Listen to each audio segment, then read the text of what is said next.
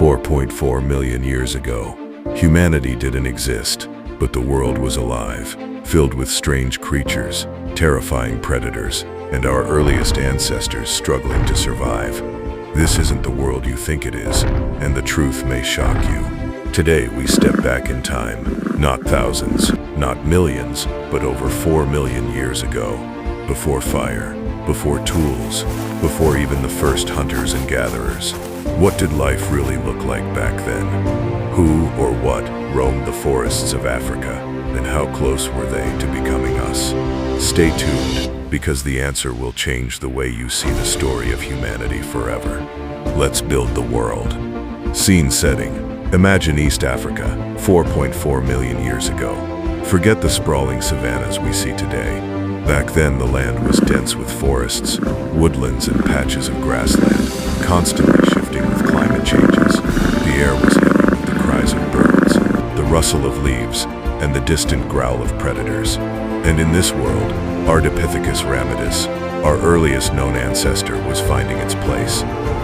Ardipithecus ramidus stood about 4 feet tall, weighed only 110 pounds, walked on 2 legs and climbed trees, had hands more like a climber's, but feet partially adapted for upright walking.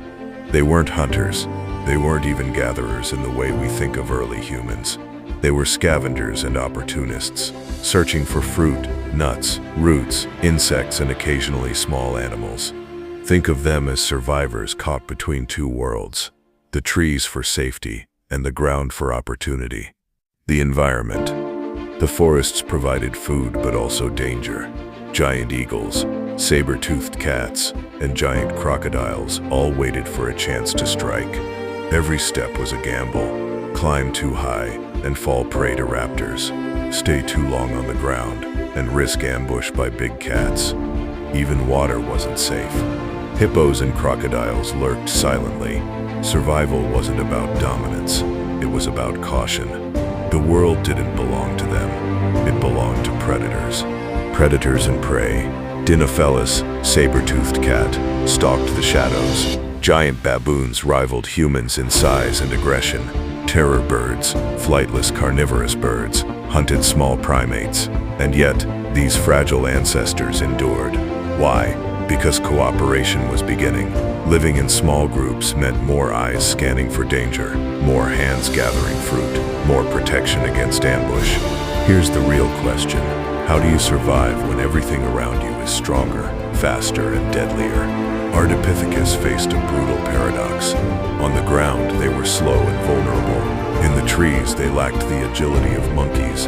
They were caught between worlds, not fully adapted to either. This precarious position could have spelled extinction, and yet it sparked something else. They began to experiment with movement, diet, and social structure. Some walked more upright, some stayed closer to the forest, some ventured further into the open grasslands. Unknowingly, they were writing the blueprint of human evolution. This is where the story deepens. 1. The first steps toward humanity. Walking upright freed their hands.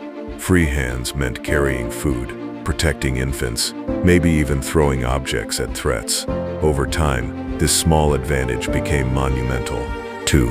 The social bonds. Imagine sitting in a small circle, hidden in the trees. At night, the world outside is alive with predators. But together, there's safety, grooming, vocal calls, and group defense began shaping the earliest form of community. This wasn't intelligence as we know it, but the seed of human cooperation. 3. The climate factor. Earth's climate was shifting. Forests were shrinking, grasslands expanding. Ardipithecus was forced to adapt or die.